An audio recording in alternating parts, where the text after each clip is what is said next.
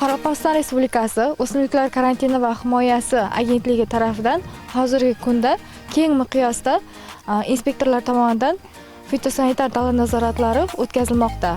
Hozirgi kunda Taxatosh tumani Naymanko'l UFIda yoshlarga yengillatgan tariqasida berilgan 4 gektarlik maydonda sabzi mahsuloti yetishtirilib bozorga sotilish arafasida.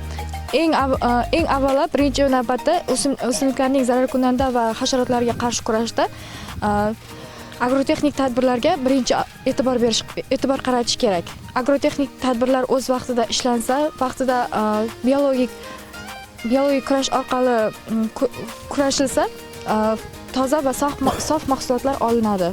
Hech qanday zararkunanda va hasharotlar zarar yetkazolmaydi. olmaydi. Ayrim vaqtlarda karantinga olingan begona o'tlar va zararli hasharotlar bo'ladi. Agar mabodo monitoring borasida begona o't yoki zararli hasharotlar paydo bo'latirsa, buning uchun fitosanitar inspektorlarimiz tomonidan da'vatnoma tuziladi. 3 kun muddat beriladi. 3 kun muddatda qarshi chora ko'rish kerak. Agar ko'rilmasa, 107 ning birinchi bandi bilan ma'muriy javobgarchilikka tortiladi.